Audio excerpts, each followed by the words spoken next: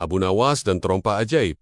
Seketika itu juga, Abu Nawas menyadari apa yang terjadi. Ia lalu menjelaskan kejadian yang sebenarnya dari awal hingga akhir. Orang-orang pun percaya pada penuturan Abu Nawas.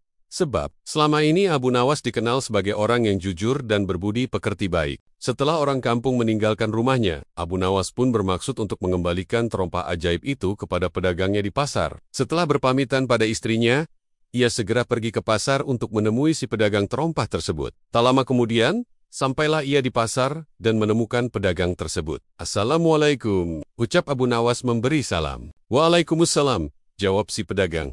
"Ternyata engkau, Tuan. Bagaimana kabar Anda?" "Kabar jelek, aku selalu ditimpa kemalangan," jawab Abu Nawas. "Ditimpa kemalangan bagaimana?" tanya pedagang itu. "Penasaran, gara-gara terompa ini, aku terus-menerus ditimpa kemalangan. Padahal, dulu engkau mengatakan bahwa terompa ini bisa mendatangkan keberuntungan. Aku bisa menjadi orang terkenal dan kaya. Tetapi, mana buktinya? Malah aku sering kena marah orang kampung karena terompa ini." Kemudian ia menceritakan beberapa kejadian yang menimpanya. "Seingat saya tidak pernah mengatakan seperti itu, Tuan," sergah si pedagang tua itu. "Saya mengatakan bahwa bila Tuan mulanya orang yang tidak punya, maka dengan membelinya, Tuan akan menjadi orang yang punya. Buktinya sekarang Tuan telah mempunyai terompa ini dan dikenal oleh orang banyak karena memilikinya." Mendengar penuturan pedagang itu, Abu Nawas hanya bisa diam saja. Ia menyadari bahwa dirinya telah salah tafsir.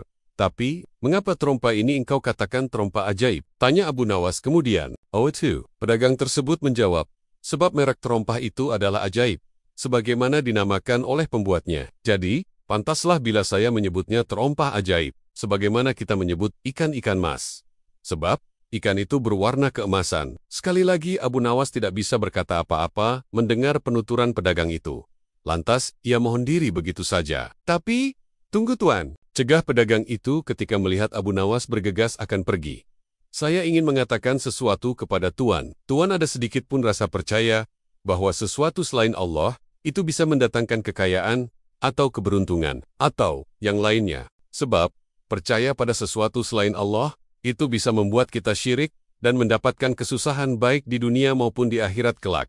Buktinya, sebagaimana Tuan alami. Oleh karena itu, segeralah bertaubat kepada Allah Subhanahu wa Ta'ala sebelum semuanya terlambat. Sebab, bagaimanapun juga syirik seperti ini jarang sekali bisa kita sadari, kecuali hanya hamba-hamba Allah yang selalu berserah diri kepadanya." Mendengar penuturan seperti itu, Abu Nawas baru menyadari kesalahannya. Ternyata banyak sekali hal-hal yang bisa membawa kepada perbuatan yang dimurkai Allah. Mulai saat itulah ia sangat berhati-hati kepada hal-hal yang kadang-kadang tanpa disadari akan menjerumuskan kita pada perbuatan syirik terhadap Allah Subhanahu wa Ta'ala.